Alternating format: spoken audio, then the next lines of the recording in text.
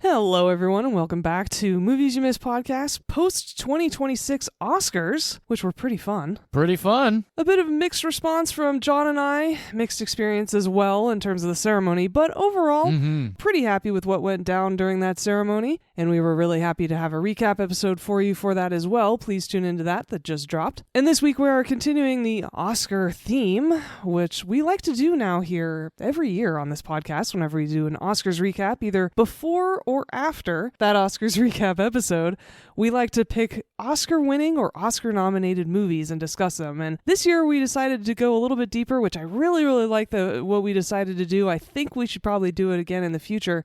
We picked Best Picture nominees from the same year. So thank you, John, for kicking that off, because his pick actually influenced the year we were going to do, and then I picked another nominee in the same category, and John had never seen that movie before, and I have never seen his movie before, so oh yeah, I think we're going to have a pretty good conversation today as well. So John, how are you doing today? I'm doing well. I'm excited to jump into these movies because I had not seen yours. I couldn't recall if you had seen mine or not, but pretty cool that you have not seen mine, so this will be an interesting episode. I am also coming off a pretty good recap of the Oscars episode. That was a lot of fun. It always is.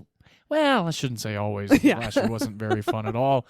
I tried to re-listen to it, and I couldn't even get through it because it just started making me angry. However, it was still, this year was a lot more fun, winner-wise, of course.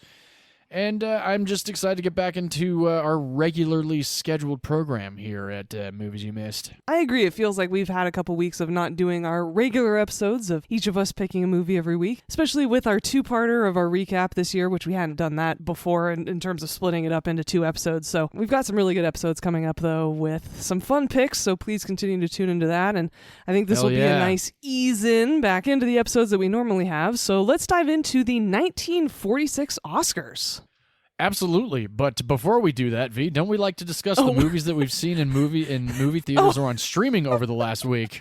I should probably introduce the podcast too. Like I said, look at that. We're rusty. We are out of practice apparently. Life has found a way over here for both of us. We've not recorded in a minute. Yeah, I guess it's been a minute. It's found a way to get in the way, so apologies, everyone. But welcome so much to Movies You Missed podcast. We are John and V, 2 industry veterans and lifelong friends. I hope I didn't just jinx us. We'll see.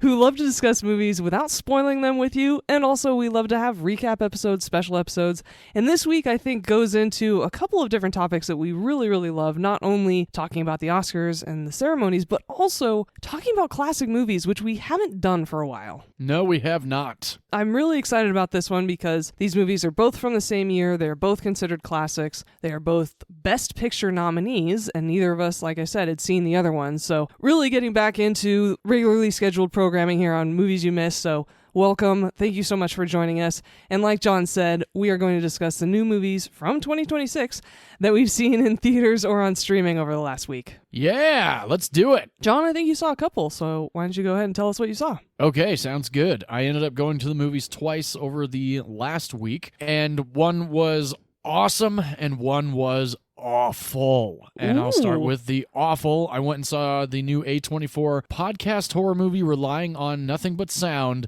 Now, granted, there is 1 or 2 people in the movie that you can actually see, but everything else is sound. This is Undertone. Yeah, you texted me right after. Yes, I did. I liked the trailer. However, I've said this many times, I'm sick of trailers that are just pumping you full of only the good reviews. Now, granted, a trailer's not going to show you a bad review, but when the trailer is 2 minutes and at least a minute and a half of those 2 minutes are reviews. It's review heavy. People it's you've way never annoying. heard before. Yeah. Yeah. You know it's going to really be trash. Annoying. That's kind of how I feel. Yeah. And this one was really bad. The lead actress was not compelling in any way, shape, or form. It was shot pretty cool and the idea is there. The execution just was not. And I don't recommend this movie at all. Undertone. Don't see it. Great. Wasn't planning to. There you go. And then I spent the next day, I actually did Wednesday and a Thursday movie. So Thursday afternoon, I went to go see the sequel to Ready or Not, and it's Ready or Not 2, Here I Come, with Samara Weaving, Catherine Newton, and Elijah Wood. and this movie's badass. And It's Sarah so much Michelle Gellar. So that's right, Sarah Michelle Gellar. Yes. Man, she looks so good. Yeah. And great movie, an absolute blast, completely ridiculous and over the top, but so much ridiculous fun. If you're a fan of the first one, which I did rewatch right before going to see Ready or Not 2, Here I Come, because I had not seen Ready or Not in a long time. Both movies are great. I will hopefully, you never know, there might be a third, I don't know. But if there's a 2-pack 4K, you know it's coming home with me. Oh, yeah. I love the first one. I think it's going to be on the podcast at some point in the future. Yes. And so I'm really excited to see the second one. And I've been out of town, so just got back. And now that I'm home, I'm really excited to see the sequel in the theaters. Yes, I recommend it. Great. Well, 2026 is opening with some pretty good movies. And we've had some really great experiences at the theater already in the last couple months. So Very. feeling pretty optimistic about this year. As am I, and I'm looking forward to the next movie that my wife and I are going to see in theaters, but we'll discuss that next week. Sounds good. Well, now we can dive into the 1946 Best Picture nominees that John and I picked, and because it's an odd episode, that means John goes first. All right, I'm ready to dive into my pick for this week, coming to us from the year 1945, but nominated for the 1946 Oscars, which was the 18th Annual Academy Awards. This film is based on a novel... years ago. Oh, shit. Exactly. That's right. 80 years ago. That's awesome. Wow. At least we're still alive. Yeah. Check back next week. Yeah. My pick this week is based on a novel called The House of Dr. Edwards. The screenplay was written by Ben Hetch, and this film was directed by Alfred Hitchcock. I think this is my second Hitchcock movie, because I haven't done Psycho yet. Yeah, your second Hitchcock movie in just a couple months, because our Hitchcock episode aired in November, I think? Sure. Yeah. I was just listening to How Did This Get Made, and they were talking about episodes, and both Jason Mantzoukas and June Diane were both like, I don't remember that episode. You know what's so funny is that when we started this podcast and we had been listening to How Did This Get Made and other movie podcasts before that, I always told myself, oh no, I will always remember what we recorded. It's important, and I cherish it, and I'm always going to remember the movies we picked and what we talked about and when. And after over 200 episodes, that ship has sailed. Yes, it has. Big time. Okay, so back to your pick. Let's get back to it. 80 years ago, 80 we're years setting ago, the scene. 18th Annual Academy Awards. Scene is set. This film stars Ingrid Bergman, Gregory Peck, Michael Chekhov, Leo G. Carroll, Rhonda Fleming, and a whole handful of other actors that many people would likely recognize just throughout their character actor career. A lot of them have over 100 credits, which is very impressive. Ingrid Bergman plays Dr. Constance Peters, and Constance Peterson is a psychoanalyst. And this is one of the first movies that actually dealt with psychoanalysis and the use of it in therapy sessions for people with a lot of trauma and a lot of OCD and a lot of amnesia patients as well. And in the opening of this movie, we get a little bit of a blurb about this movie, so I'm just going to read it to everybody. Our story deals with psychoanalysis, the method by which modern science treats the emotional problems of the sane. The analyst seeks only to induce the patient to talk about his hidden problems, to open the locked doors of his mind. Once the complexes that have been disturbing the patient are uncovered and interpreted, the illness and confusion disappear, and the devils of unreason are driven from the human soul. So that sets the overall story and what we're going to be witnessing in this movie for about an hour and 50 minutes. And we are introduced, like I said, to Constance Peterson, who's Ingrid Bergman plays, and she is trying to psychoanalyze this one female patient who has quite the personality. She really does. And she was actually interviewed in one of the documentaries that's on the DVD of Spellbound, which was really cool to see. Now, granted, this DVD is several years old. I've had it now, I think about 10 years, because my mother-in-law actually gifted it to me for Christmas. I guess I'll just get this out of the way now. Tell you No, something? not at all. Well, maybe. You never know. But I ended up seeing this movie at the Arrow in Santa Monica on an Alfred Hitchcock week that they were doing, and my buddy Kingsley and I went and saw it, and we had never seen it before. And I think this was 2000, had to have been like 2013 or 2014. So it's been a long time since I had seen it in theaters. And then when I got it on DVD, I watched it, I would say, within the last 10 years. So this is actually the third time I've seen Spellbound. And I know, V, you have not seen it, but we'll get into it in just a little bit. Let's break down a little bit more of Spellbound. So Gregory Peck ends up coming to this institution that Constance works at with a whole bunch of older men that are very... lecherous, condescending, awful. Yeah, all of the above. Very Her condescending. colleagues suck so hard. Yeah, they really do. Yeah, they treat her very poorly, unfortunately. Patronizing. Oh, big time. Yeah, majorly. And she's a very smart woman, Constance Peterson. She's got a good head on her shoulders, and she does like to put a lot of these guys in their place. And she gets pretty much sexually assaulted in like the first 8 minutes of this movie. Yes. It's not a full-on sexual assault. It's a kiss, but it's still one of those things in the 40s. Like, damn, non-consensual. Yeah, there was. She never agreed to it. No, these guys are walking sexual harassment cases. Yeah, and this guy is just telling her how much he loves her, etc., etc. And a reminder, this isn't a patient. This is her colleague. This is her colleague. Yes, yes. And that female patient was actually hoping that maybe Constance would want to kind of have a little fun with her too. And a couple of the other male orderlies in this institution. She's putting up with it from all the angles. The poor woman, she must be exhausted. Yeah.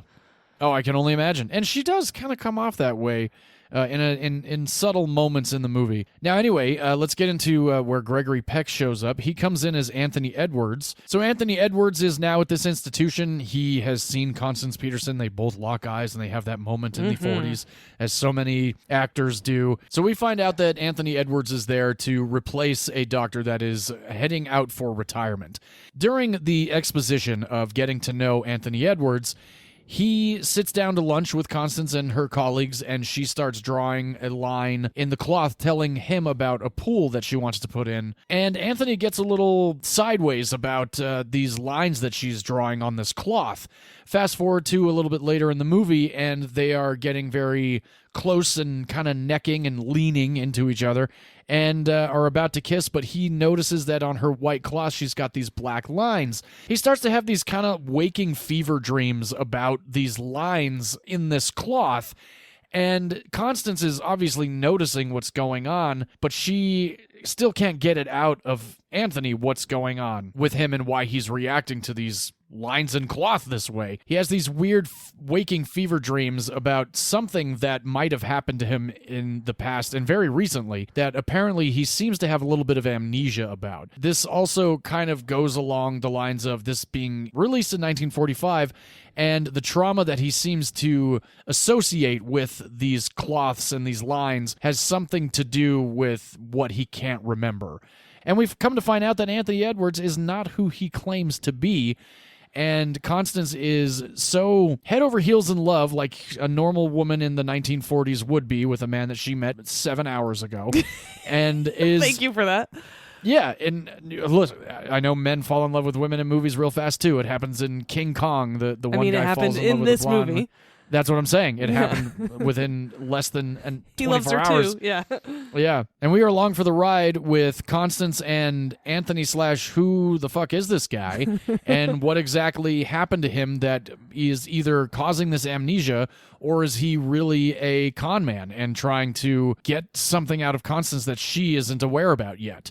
So that's my breakdown of Spellbound without really giving too much away, because not only is this a black and white movie, there's a lot of really trippy moments in this movie, especially the dream sequence based on Salvador Dali paintings, which we'll get into in just a little bit. But V, I'm curious, it's your first time. I don't know how many Gregory Peck movies you've seen. I don't think I've seen that many Ingrid Bergman movies. But this one's been one of my favorite Hitchcock movies since I saw it in theaters. I really enjoyed it, and this time around, I really enjoyed it again. So I'm curious what you thought of Spellbound. I was really excited to watch this movie because it's an Alfred Hitchcock film I had not seen before. It definitely didn't feel like a Hitchcock film, which was interesting. It does have a non-Hitchcock feel to it. For as noirish as it is, it's not as foreboding. It doesn't feel as intense. It doesn't feel as kind of scary that a lot of... I mean, most of the movies I've seen of his are the horror movies, but...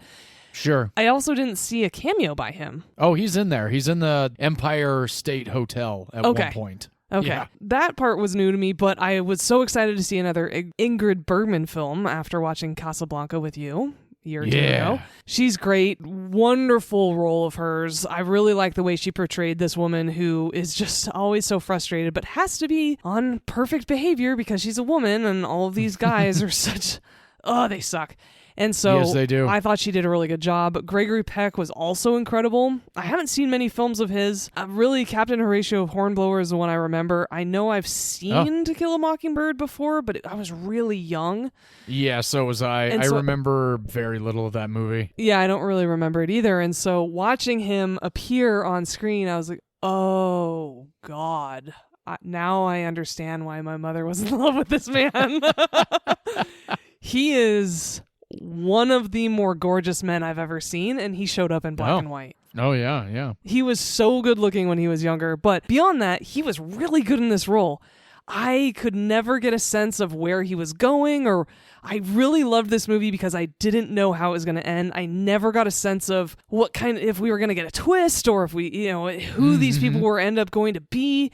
And I really loved that about the movie. It was really cool to see not only David O. Selznick being a producer on the film. Yeah. And he produced Gone with the Wind, legendary producer. In the title cards in the beginning, dream sequences based on work by Salvador Dali. I was like, wow, okay, this is the 40s. This is very daring. Yes. I was really excited about that as well. And then at one point, Constance, this is towards the beginning of the movie, she has a patient who has gone off the deep end a little bit, and he's attacked someone, and then he cut his own throat, and one of the psychologists' responses, "Oh, is it bad?" And I'm like, yeah, yeah, it's probably pretty bad. I would think so. Hilarious. I don't know why, but that line made me laugh out loud because it was so ludicrous. And then there's this creep in the hotel lobby when she starts traveling, and yeah. it was such a perfect depiction of a guy being a creep, unwanted advances, no consent whatsoever, getting in her personal space. And then when she declines his advances, he starts calling her the bitch, right? Yep. And I'm just like, all the time. Away from her. I was so mad for her. And then one of her old colleagues, actually a mentor of hers, Dr. Alex Brulov, comes in, and I love him so much in this movie. He's my favorite character in this film. He added a lot of levity, a lot of entertainment. I think he was a really good injection because this movie is a little bit longer. It's 2 hours long. And so I think we needed him to come in about halfway through the movie, and him being her mentor, and he says, "Women make the best psychoanalysts until they fall in love. Then they make the best patients." I'm like, oh my God, the lines in this film. So yeah, he says a couple other things that were you just have to laugh at them at this point, right? And then... Oh, definitely. You do know I have a major phobia of straight razors, and one comes into play in this movie, and I was very creeped out. Oh, yeah. There were some great shots in this movie. The one where he's drinking the milk. Yes. Totally awesome. Really liked how they set that up. And so there are so many aspects of this film that I absolutely loved. It felt a tiny bit long to me, but this is a complex screenplay, so it's understandable. I don't think they really could have cut anything, but I did have to get used to the pacing being a little bit on the slower side. And yeah, definitely. That's okay. It's still a fantastic film. Totally understandable that it was nominated for Best Picture. I enjoyed it immensely. I'm so glad you introduced it to me. I'm excited to continue going through a lot of Hitchcock films. Like I said, it was great to see another Ingrid Bergman performance. Yeah. She's gorgeous and talented and just so cool in this movie. And I was just so proud of a woman being written, being competent, being a professional, being a doctor in 1945. It was really nice to see. So I loved everything about this film except maybe the pacing. I give it a really solid A-. Hell yeah. I'm glad to hear it. Yeah. Thank you very much for introducing me to this film. Hell yeah. Absolutely. That's kind of how I felt the first time I saw it at the Arrow. I think it was a double feature. It was this and Psycho. It was this or like Vertigo or Rear Window. I cannot remember what the other movie was. But this one left such an impact on me, especially almost the final ending. Like is pretty pretty wild. Yeah. There's a couple endings. It does a Lord of the Rings thing a little bit. Yeah. But I remember seeing it in theaters with my buddy and I walking out and going to smoke a joint outside before the next movie. That was one of the better Hitchcock movies I've seen, and I had already seen Rear Window before and Psycho and The Birds and a handful of others. Really weird that people don't talk about this film when they talk about Hitchcock. That's what I'm saying. Yeah, I was so glad that this was on the bill when we decided to go that night, and it really is, I can't believe I've only watched it 3 times because I think it's one of those movies where I need a break from it afterward in a weird way. It's like it's a not lot. that it's a chore to get through. No, but it's intense. There's a lot going on, yeah. And the dialogue is very sharp. You have to really, really pay attention to what's being said by everybody because everything kind of alludes to something either foreshadowing or something that just happened that's kind of being reiterated. But either way, great movie. Glad you had a good time with it. Let's jump into a little bit of the BTS before my time is up and we jump into your movie, which for some strange reason, I thought your movie was also directed by Alfred Hitchcock.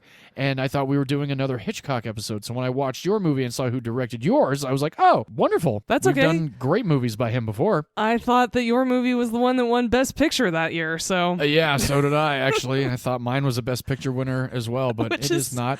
Why we didn't bother to watch the actual Best Picture winner from 1946 Yeah. to compare it. Our apologies. Yeah, well, maybe we will one day. Yeah, it's called The Last Weekend. Yes. And it's a Best Picture winner, so apparently we need to watch it. We'll watch it someday, and we'll see just how good it was. Yeah, especially compared to these two movies this week. Yeah, very true, because there were 3 other nominees, because back then it was 5 nominees instead of 10, like it has been for the last however many years. Well, I do want They need to go back to 5. Some years I think it's okay. Other years, I think we should do a middle ground. Why don't we do 8? 8 would be good. Yeah, I feel like 10 is just... Only because it's just so American-centric. If they started including other movies that were really good internationally, I would be okay with it, but I feel like they're starting to scrape a little bit to get the 10. Oh, yeah. I mean, oh, yeah. No, I agree. loved F1 last year. It was in my top 3 films of the year. I don't think it's Best Picture worthy at all, and it should not have been nominated for Best Picture. The other categories it was nominated in, I was very happy. I'm happy it won one as well.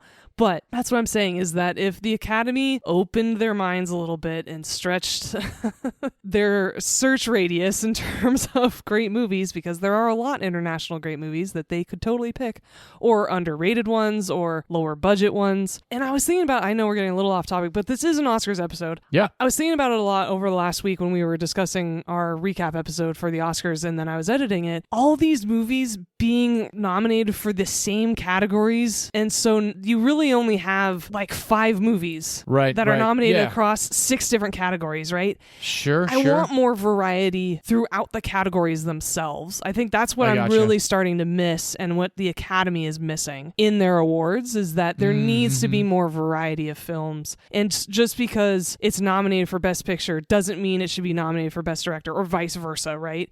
And so, I think that's really missing. These 2 movies that we're talking about this week, it was really nice to dive into them because even though they are Best Picture nominees, yours especially, I think, is actually really underrated, especially as a Hitchcock film. So it's perfect for our podcast. And you did bring up one thing that I totally agree with, that throughout the whole movie, it was top of mind. Not to a point of distraction, but certainly something I thought about the whole movie was, you guys just met. Yeah. Really? You're doing all these things for each other, and it's just so above and beyond. And I'm like, you've known each other 3 days. Yep. I mean, calm down. Take a minute. So it felt almost like a Disney movie in that way, right? It really did, yeah, because they're already talking about getting married, and I'm like, what the hell? Like, how do you... You don't even know her middle name. Yeah, like back in the 40s, people like saw each other on the subway and were like, I love you. And like, oh, I love you. And then they get married, and then like 3 years later, they've got like 4 kids, and he's total like Don Drapering it up, and she's, house momming. But either way, we digress big time. But either way, I completely agree. I really do. Yeah, that was one of my biggest qualms with the movie is the fact that she's just like head over heels for him so fast. But like you said, Gregory Peck had a face and was a really handsome. I don't think so at all. That's fine. I think the guy is completely unattractive, and that's just objectively saying that. It's like, well, he looks like what you're talking about.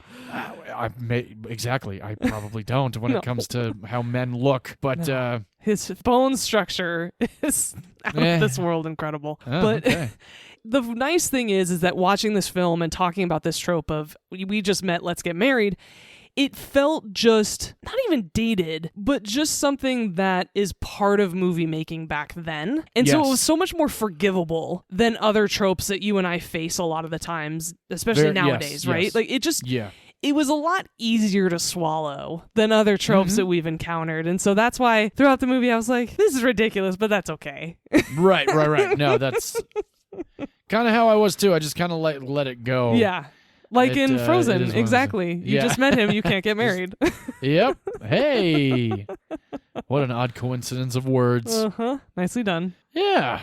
Okay, let's get into some of the BTS Sorry, of yes. my pick this week before I do run out of time. Alfred Hitchcock and Gregory Peck had a bit of a spat on set because Alfred Hitchcock was really adamant about Gregory Peck making certain facial expressions during this movie and during certain scenes. And unfortunately, Gregory Peck was not delivering the facial expressions that Hitchcock wanted. And Gregory Peck went on to say that the reason why this was so difficult for both of them to kind of grasp onto each other about was that Hitchcock was an outside type of director. He wanted to see the faces, he wanted to see the expressions, the lip quivers, the eyes, the creases, everything. Gregory Peck had ended up getting his training at Stanislavski's neighborhood playhouse, which apparently meant you work from the inside.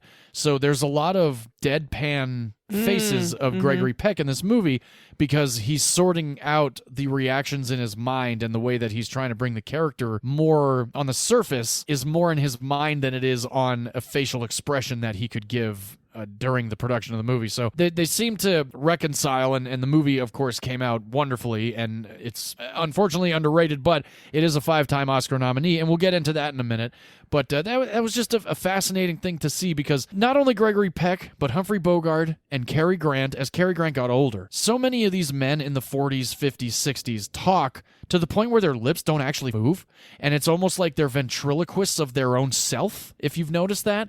Like, their mouths literally don't articulate, like, the words that are coming out of their mouth. So it looks like their mouth is just like a slit in their face.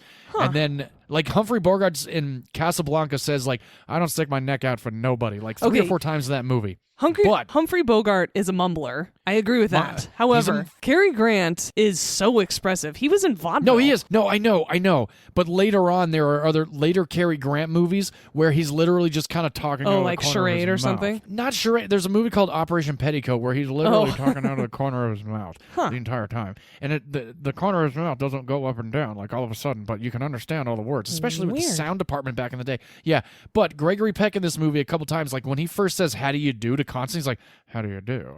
And like you can see like this weird jaw clench at the end of it. It's just always driven me absolutely bonkers in these old movies where the guys are like, I'm just like, open your mouth and say the words. But that's just my own problem, so I can empathize a little bit with Hitchcock and as to why he had his issue with Gregory Peck, because he didn't open his mouth. But anyway, moving on. Alfred Hitchcock was real excited about getting this dream sequence in this movie done with Salvador Dali, and unfortunately, he did not actually direct the sequence himself. He had another friend of his, William Cameron Menzies, direct a couple reshoots and the early process of the dream sequence that is Salvador Dali based. David O. Zelnick actually wanted to base this dream sequence on his own personal experiences, so he brought in his psychotherapist on set to discuss how to make the movie with Hitchcock. Oh, that's awesome. And she apparently went neck and neck with Hitchcock, saying that his ideas were not what a psychoanalyst or a psychotherapist would ever have. And Hitchcock said to her, "My dear, it's a movie. Let's just move on." And I'm curious how the rest of that all went down, because I feel like Hitchcock was one of those directors similar to like Denis Villeneuve or David Fincher. Like, if somebody's going to come in from the outside and try and tell you how to direct your movie, you're going to be like, well, hey, no. Just leave. You don't need any of that. I don't need that. Time to move on. Oh, who is just the fascinating? one Like the producers, like, hey, let's make the dream sequence about my experiences as a patient of a psychotherapist. Super strange. I'm curious what it might have ended up being, especially with Salvador Dali involved. There was a director that we talked about last year who didn't read the original work of the book before making the movie that was adapted from that novel. And both you and I were like, why wouldn't you read the source material, dude? Yeah, what the hell was it? I remember that. I don't remember.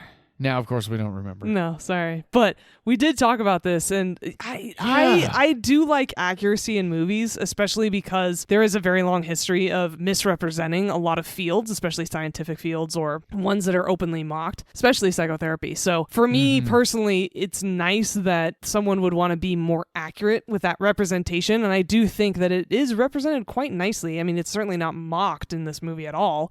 In fact, definitely not. I think it's championed, and so that part of it is very nice. But it is a woman telling Alfred Hitchcock. Yeah, I'm sure that went over terribly. Yeah. I know. All I have is he said, "My dear, it's a movie." That and he is a probably was really like, great "My dear, response, it's a though. movie. Why don't you just?" Who knows what he said? You know, But he I do was like that British, so he might have been response. polite. No, it's great. Yeah, my dear, it's a movie, and it's true. You know, to an extent, it is Yeah. a movie. Don't tell that to Christopher Nolan, though. Well, he doesn't make movies; he makes real life. So Absolute cinema. absolute cinema. Oh, it's gonna drive me nuts that the director that didn't read the source material. We got to figure that out. Help us out, audience. Yes. An early version of the script of this movie had the words sex menace, frustrations, libido, and tomcat to describe the character of Mary Carmichael, the early woman that we meet in the movie.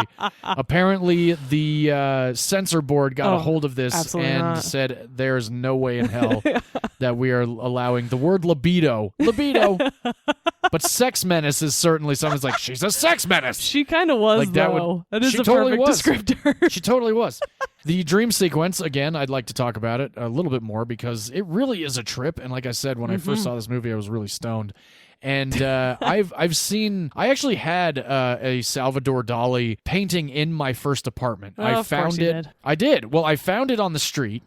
Oh, that's cool, actually. In North Hollywood. I was walking home from the Shell gas station, but I took the long way home. This was when I was smoking cigarettes, and I wanted to smoke like 2 or 3 cigarettes on the walk home. And I came upon a house that had put a whole bunch of shit out on the sidewalk, and there was a really cool Salvador Dali framed picture, It's and it just probably said real free on it. because it's Hollywood.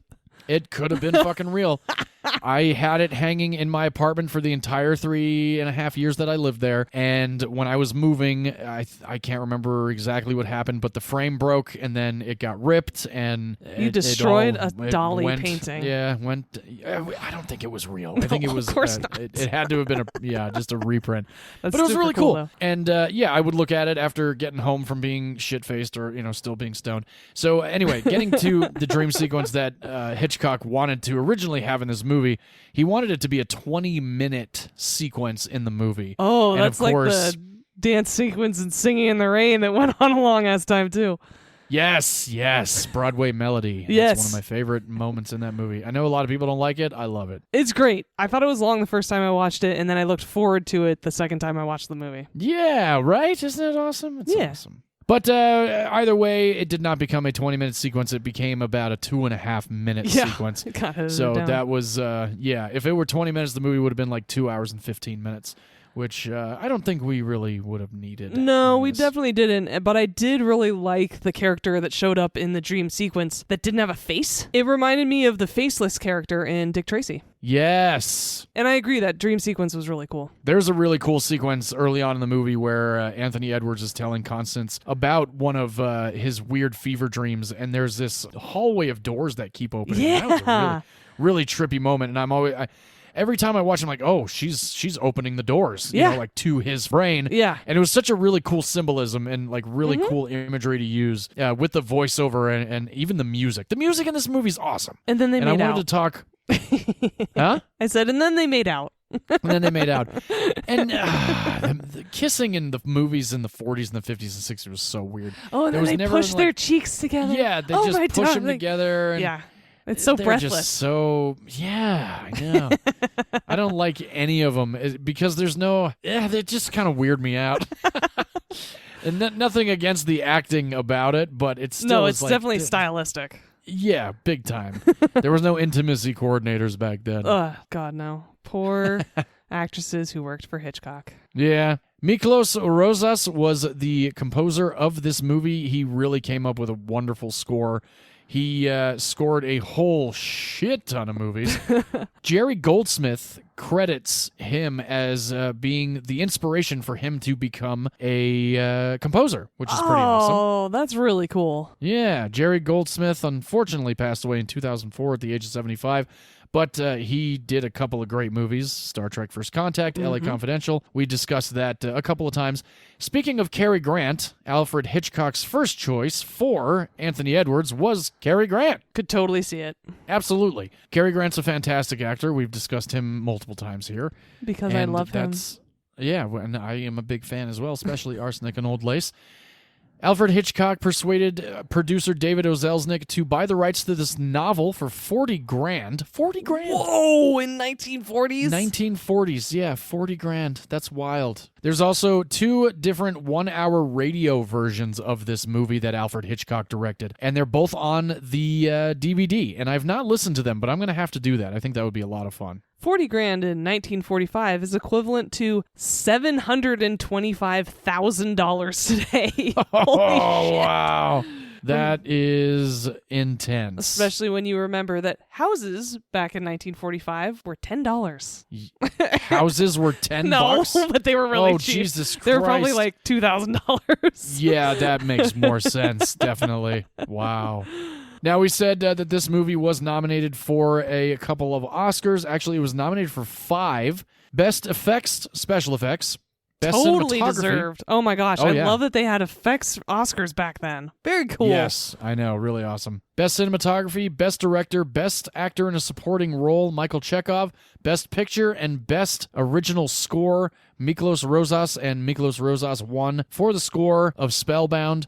This film came out on December 28th of 1945, and the budget was estimated at $1.7 million. Aww. And that, ladies and gentlemen, is Spellbound. If you care to check it out, you can rent it on Amazon. I, again, watched my DVD copy. V, I'm so glad you enjoyed the movie, and let's jump into your black and white Oscar nominee from the year of 1945. Thanks again for introducing me to this film. I loved it. I'm so glad. My movie is also based on a book, actually. Yes, it is. One written by a man named James M. Cain. James M. Cain wrote this? Yeah, who also wrote The Postman Always Rings Twice and Double Indemnity. Oh, I actually had never heard of the guy, but that's awesome. Yeah. Well, Double Indemnity is a Billy Wilder movie. That's true, it is. Yes. So this novel of Mildred Pierce is what this movie was based on, of the same title, actually. And the adapted screenplay was written by Randall McDougall. He also wrote Cleopatra. Hell yeah. And the movie was directed by Michael Curtis, who we really enjoy and we're big fans of. He directed 179 different pieces of cinema. Yep. We've talked about him a couple times because I previously picked The Adventures of Robin Hood, starring Errol Flynn and Olivia de Havilland. He also directed Captain Blood, Virginia City, The Seahawk, Yankee Doodle Dandy, and White Christmas. Hell yeah, White Christmas. So this is Mildred Pierce. It stars Joan Crawford. It came out in 1945 and was nominated for Best Picture at the 1946 Oscars. That's why we paired it this week. And I'd actually only seen this movie once before, but I remember loving it, thinking Joan Crawford was amazing. So I was really excited when I knew I could pick it this week to pair with your film. And you had never seen it before, so I'm excited to talk about that piece of it as well. Mm-hmm. So let's dive into the plot a little bit. Mildred Pierce is actually the titular character in this movie, played by Joan Crawford. We are in Glendale, which is pretty cool because I lived there for nearly 10 years. In the 1930s, this is during the Depression. And this woman who basically has spent her life taking care of others, she got married young, then had 2 kids, and all she does is provide for her daughters, take care of her husband, and cook. Mm-hmm. And this movie opens with a murder. Rather spectacularly, actually. Somebody shot. Yeah. We don't know who this person is, but it's at a beach house, and we don't see the killer, but this guy's shot like 4 times. And we see this woman, Mildred Pierce, not only walking along the pier, it looks like she might be trying to jump over it and into the water, and this cop stops her in a really cool way, very tough love, but also very nice about it. And then she walks over to this bar and meets up with a guy named Wally, who turns out to be a good friend of hers who she's known for years. They start talking and drinking. She seems like she's very distracted, very stressed out. And she says, hey, well, you know what? Why don't we go back to my beach house? And they go back to the house that we just saw this murder take place. Not only does he try to insinuate that, oh, finally we get to sleep together. I can't believe you finally invited me back. Where's your husband? She's like, oh, he's not here. He continues to flirt with her while she says, oh, I'm going to go change into something. And then she leaves, which is pretty awesome. Yep. I appreciated that. And he's stuck in this house with a body that he doesn't know about. Yeah. So not only does she get away, but also this guy keeps bumbling about thinking that he's about to get laid, and I'm so glad he's not because he's such an He's just such an arrogant frat boy style of character. Big time. He finally trips upon this dead body, goes to break out of this house, and as he does, the cops find him. They detain him, and he ends up telling them that, by the way, there's a dead body in that house. I swear I didn't do it. So now there's this police investigation, and that's actually where this movie centers on, and that's how the plot moves along, is because this is a police investigation where not only Wally is brought in, but this is where we bring in Mildred Pierce, because it turns out the man who was shot is her husband. His name's Monty Berrigan. He was her second husband, and so now she is brought in for questioning as well.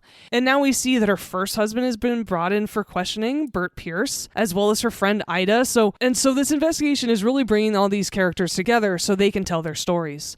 And now what unfolds is Mildred Pierce recounting her life and what led up to this moment.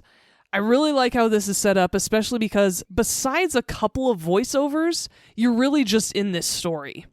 Yeah. And in this retelling. So she goes back to when she was first married to Bert Pierce. This is in the 30s. This is during the Depression. He's out of work. He's also a jerk to her. He's very ungrateful. Very much so. Openly cheating on her. And he is giving her a really hard time for actually taking care of their children. And she calls him out for cheating. And he says, what are you going to do about it? You need me. You can't make it without me. And she's like, okay, bet. Yeah. And so she kicks his ass out, which is really satisfying.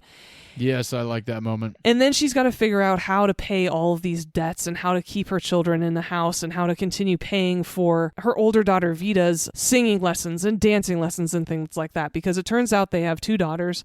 First Vita, and then Kay is the younger one. Kay is a total tomboy. She jokes that she should have been born a boy. I definitely identified with this little tomboy who did not care at all about being pretty or getting makeup or dressing herself up for boys. She didn't care about boys at all. And her sister Vita's totally into it, and she's all done up. And she's like, well, you'll finally start caring about your appearance once you're into boys. And little Kay goes, yeah, I grew out of that when I was 8. Yeah. It's so cute. So she's got these $2 that she needs to provide for. And so what she does is she starts to apply to different jobs. And unfortunately, because she's been a homemaker, nobody will hire her. They need experience. So finally, she stumbles into this restaurant and meets this woman named Ida, who seems like she's really drowning and needs extra help. Mildred Pierce says, hey, you know what? Give me a job, please. I will be a waitress. I will be a good waitress.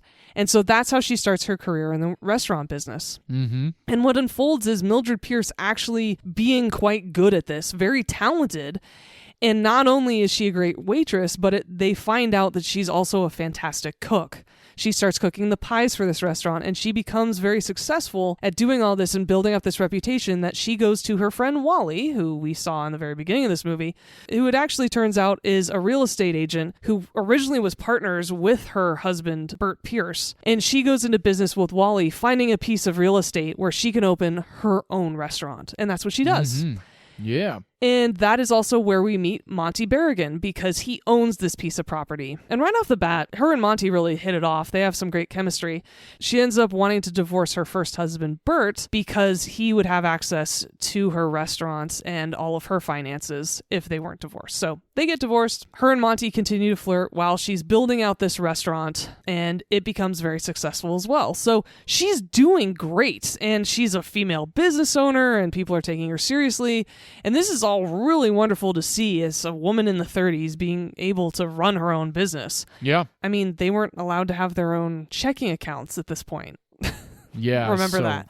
Fucking nuts. Yes, it is. So she's continuing to bat off the advances of Wally throughout this whole story because he's always loved her. And at one point she says, friendships are much more lasting than love. And he goes, yes, but they're far less entertaining. That was great. And we slowly, well, not so slowly actually, find out that Vita, her older daughter, is a brat. She's so entitled. She has no right to be. She loves the finer things in life, and she's always giving her mom a hard time. And she was so ashamed when she found out her mom was working at a restaurant, and just is so demanding of needing to have the rich lifestyle and all these things, and she never works for it. She sucks. Yes, she does. And at one point, big time. At one point, her friend Ida says, personally, Vita's convinced me that alligators have the right idea. They eat their young. That was a great moment. Yes, and so we continue to follow Mildred through her building of this restaurant empire. But throughout the movie, what she really wants is to have this strong and good relationship with her daughter, Vita, to finally earn this young girl's love as this mother. And it's just a really fascinating story about what's important in life and how money doesn't buy you everything. And oh God, it's so well done. Joan Crawford is incredible in this role. And I know that you hadn't seen this movie before. I'm really excited to hear your response to it. I had not seen this movie. I don't know if I'd seen or have at this point, other than this movie, seen Joan Crawford in anything else, truthfully. Well, she's nominated for an Oscar in a classic movie called Possession, as well as a movie called Sudden Fear. And also, Whatever Happened to Baby Jane, the notorious movie with Bette Davis in it. That's right. I have not seen that movie either. So I haven't seen it either. I really want to watch it now, though. Yeah, I do too. I think it'll have to be my first Mildred Pierce. It'll have to be my first Joan Crawford movie. Okay. And I'm glad that I started with this one. I love that Michael Curtis directed it. You listed a couple of his credits. He also directed Casablanca, speaking of Humphrey Bogart, just a few minutes ago in my section. I really did like this movie. I like when movies like this do it the right way, if that makes sense. Because a lot of times there's like a murder and then there's this weird like snowball effect where it'll begin in the police station and then it'll just kind of like in a way like how Gone Girl was. Like there wasn't a whole lot of flashback. It was just kind of like what was happening during the investigation instead of like getting a lot of the exposition on like who the person was, if you will. Maybe I'm wrong about Gone Girl that way, but that's kind of what I remember taking from Gone Girl. But either way, I do gotta watch Gone Girl again because I remember not liking it. Traumatized the hell out of me in theater. I don't think I can ever watch it again. Yeah, I remember the end and what she does with the champagne bottle and a couple other things, especially Neil Patrick Harris's character. Anyway, we're not here to talk about that.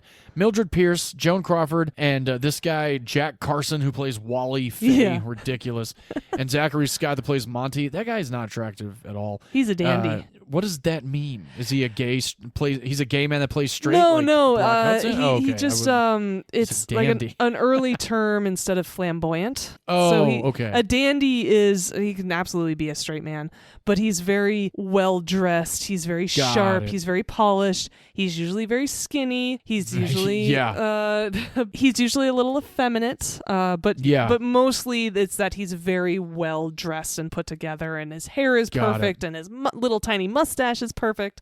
Yeah, the mustache was ridiculous. A bit much for me. Yeah. But hey, that's the character, right? It very much is, yeah. Unless he had that in real life too.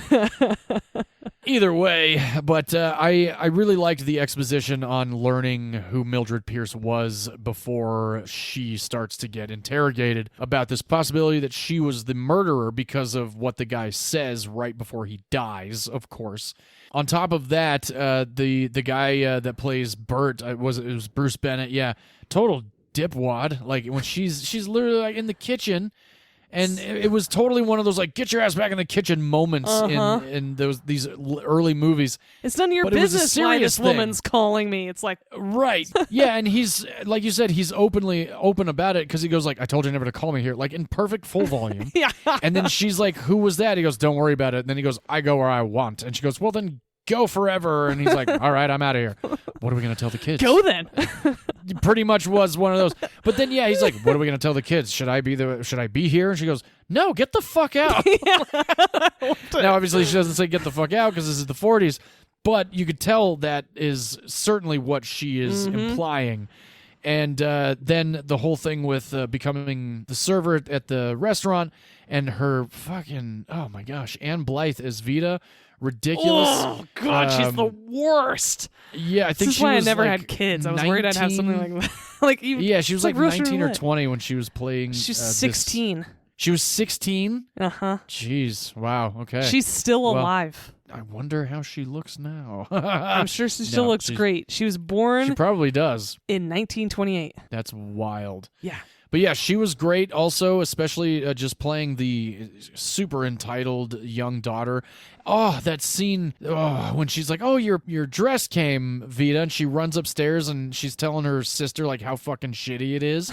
I would not be caught dead in this thing. I'm like, I'm about to smack you across the face, and I do not believe in violence. It's like, I thought you wanted this dress. Yeah, she sucks. A lot of familial drama in this movie, and the whole thing with Mildred getting Wally back into the idea to like help with the investment of this restaurant, and how things really like start going well for Mildred Pierce, and then things start to unfortunately spiral again. Well, actually not again, because this is what takes us to the spiral. Yeah. So overall, I loved it. I thought the movie was great. There was a lot of very funny moments. Joan Crawford was great. It felt more Hitchcock than Spellbound did, oddly enough. Yes. But it was really cool to see another Curtis flick because of the movies you listed. We did Robin Hood. I've done Casablanca on the show, and now we've seen, and of course we've both seen White Christmas, and now we've seen this. And this feels like this was a very, this is what Stephen King took his inspiration to do Dolores Claiborne on. It felt very noir. Oh, big time. Yeah, absolutely. No, I liked it a lot. I don't know how many times I'd watch it. I did buy another like 3 or 4 months on HBO for a really cheap price because that's where it was streaming for free. So I'm glad I got to watch it like completely revamped, and the sound was great. The music's awesome. It's a very good movie. And I always thought Mildred Pierce was like Dolores Claiborne, and I thought they came out around the same time, but they came out like 50 years apart. Yeah, they did. So, yeah, definitely a good flick. Glad you picked it, and I'm glad that we both enjoyed each other's picks this week. I'm so glad to hear that, and I was wondering if you liked her friend Ida, because she has such a smart mouth. Eve Arden played Ida in this movie. She's the principal in the movie Grease. Oh! Which is awesome. That's Eve Arden? Yeah, like 30 years later. Whoa! I did not pick up that she was the principal in in Grease. That's funny. But Eve Arden, there's I've actually was introduced to Eve Arden through Arrested Development, because Tobias goes to try on wigs because he's bald, and goes into a store, and someone's like, "Are you here to buy, or are you just curious this time?" And Tobias says, "Well, I suppose you could say I'm bi-curious." Yeah. Let's start with the Eve Arden, and they put on the Eve Arden wig. God. That's how I know Eve Arden. And then, of course, from Grease, but I didn't know who she was at the time. So. Yeah, and she's also in Anatomy of a Murder. Is she really? Yeah, so no way. Have to look for her the next time we watch that movie. That's awesome. Oh, okay. I thought you meant Anatomy of a Fall. Anatomy for Murder is another Hitchcock movie. I always thought it was another Hitchcock movie. Is it not? No. Oh my gosh. I've always thought it was. Always. Yeah, totally. Didn't he do Dial M for Murder? That's the one. Yeah, okay. Okay, yes. Because and M by Fritz Lang. Yeah, because Anatomy of a Murder is actually directed by Otto Preminger. Otto Preminger. Wow, I butchered that one. Yeah, you really did butcher that name, and this. I'm sorry. Incredible. No, yeah, Otto Preminger. There's a movie where a guy plays him, and he shows up. He's like, "I am Otto Preminger," and I just can't fucking remember the damn movie. That's awesome. I've been thinking about this for a handful of years. You gotta Google that. I tried. The reason why I wanted to bring up Ida is because she has a great line in the movie too. She's very sassy. She's one of those friends who's just really honest and blunt with you. She's a friend that we all need. Right? Yes. And at one point, Wally walks into the restaurant and to talk to Joan Crawford's character, and walks out and sees Ida, and he's basically undressing her with his eyes. And so she says, "Leave something on me. I might catch cold." Yeah, that was great. So great. It was so clever. So yeah, I love that so much. She was wonderful in the movie, and I just really loved how Joan Crawford not only carried this film, but also it was such a great examination of, like you said, family dynamics, of mother-daughter relationships, to this backdrop of something rather revolutionary, which is a woman owning businesses and being successful in the 30s. Yep. And it was such a nice setting to put that to. I really liked the internal battle that Mildred is facing throughout most of the movie with what to do and what she should be focusing on. So yeah, there are many layers to this film, and like you said, it's heavy, it's a bit intense, and so I would only want to watch it every 5 years or so, but it's worth revisiting because you will pick up other things. And so yeah, I'm so glad that you liked it. I very much enjoyed it, yeah. And yeah, the guy that plays Wally, her friend who's such a flirt, and like I said, a frat boy, that's Jack Carson, as you said. He's the younger cop in Arsenic and Old Lace. Oh, hell yeah. He's also in Cat on a Hot Tin Roof and the Judy Garland version of A Star is Born. So that's where we could see him. And then Bruce Bennett, who plays her first husband, Mildred Pierce, in this movie, he had a fascinating life. So he was born in 1906. He died in 2007. Whoa. He was 100. Wow. He was born Herman Brix, and he was a shot putter in the 1928 Olympics. That's badass. He came in second to MGM's search for Tarzan in the 30s. Whoa. But went on to star in a bunch of lower-budget Tarzan-like movies. Oh, boy. And so he became really typecast. So he took a couple years off, changed his name, and came back as the actor Bruce Bennett. Wow. He and his wife were married in 1933 until her death in 2000. So they were married nearly 70 years. So yeah, this guy was really cool. Bruce Bennett. He plays a character who has a good arc in this movie as her first husband, which I did also enjoy. But he's also in the very early Lone Ranger movie, The Treasure of the Sierra Madre, which is classic. But also when I was... You know how IMDb, it pops up with their film reel right next to their headshot? Yep. And what started playing, because it always autoplays on IMDb, what started playing was this ridiculous campy trailer for The Alligator People made in 1959. It's like a horrible version of The Creature from the Black Lagoon, and I really, really want to watch it. I think we should. Right? Sounds like it's hilarious. So yeah, Bruce Bennett, cool life. 100 years. Very cool life. Yeah. And I figured out that Otto Preminger moment. It was in a movie years ago with Bryan Cranston called Trumbo, where he plays the writer Trumbo. I know. Great movie. Yeah, he was nominated for an Oscar, I think. He was, yes. Yeah. I can't remember who won over him, but I remember thinking he should have won. And Star Trek Deep Space Nine has a character called Odo in it, which is why whenever I see the name Otto, I always think it's Odo, and it's not. Otto. Yeah, the actor who played Odo in Deep Space Nine, actually, he ended up retiring to right near where the hometown that I grew up, and so my dad and I worked on his house as electricians. It was really cool. Oh, that is very cool. Really nice guy. His name was René Aubergenois. Very cool name. Anyway, back to Mildred Pierce. We've digressed quite a bit. You know what? But that's okay. It's good digression. Been gone for a little while. We've had a couple things pop up in our personal lives. We've kind of just needed to come back and recenter ourselves. And I understand that. And so I hope our audience does too. So I imagine they will. The nice, better. Yeah, they better. But for Mildred Pierce, a couple of really cool pieces of trivia. First and foremost, the author James M. Cain, after seeing the film, sent Joan Crawford a signed first edition of the original novel, and the inscription said, "To Joan Crawford, who brought Mildred Pierce to life just as I always hoped she would be, and who has my lifelong gratitude." Damn. Hell yeah. What a compliment. Could you imagine finding that book? Oh my God. Amazing. That would be like one of those moments where you're just like, okay, yeah. Well. And when you're searching this movie, because we do both recommend that you watch it on HBO, make sure it's Mildred Pierce from 1945, because there is a miniseries that came out in 2011 that stars Kate Winslet and Guy Pearce. Really? Oh, that's right. I remember when that came out. Evan Rachel Wood plays Vita. No fucking way. Oh, wow. Okay, I got to check this out. Right? Exactly. Yeah, I'm in. Definitely. And the beach house that Monty Berrigan owns, where the murder takes place, was owned by Michael Curtis. Oh, really? And so they used it as a location. It was built in 1929. It was in Malibu. It collapsed into the ocean in 1983 after a severe storm. Whoa. Yeah. And at one point, Wally, being the flirt / lech that he is, he makes a comment about how much he loves that nylon stockings are out for the duration.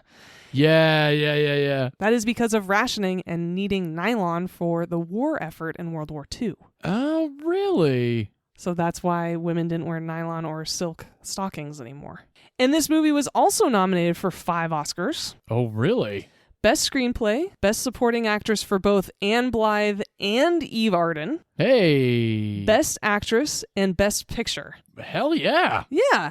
It did not win Best Picture, as we've said, but Joan Crawford won the Best Actress Oscar for Mildred Pierce. Very badass. She was not at the ceremony. She said she was ill. Oh. But she was listening to the show on the radio, and when she won, she ushered in the press into her bedroom where she finally accepted her Oscar, like the diva she was. That is so cool.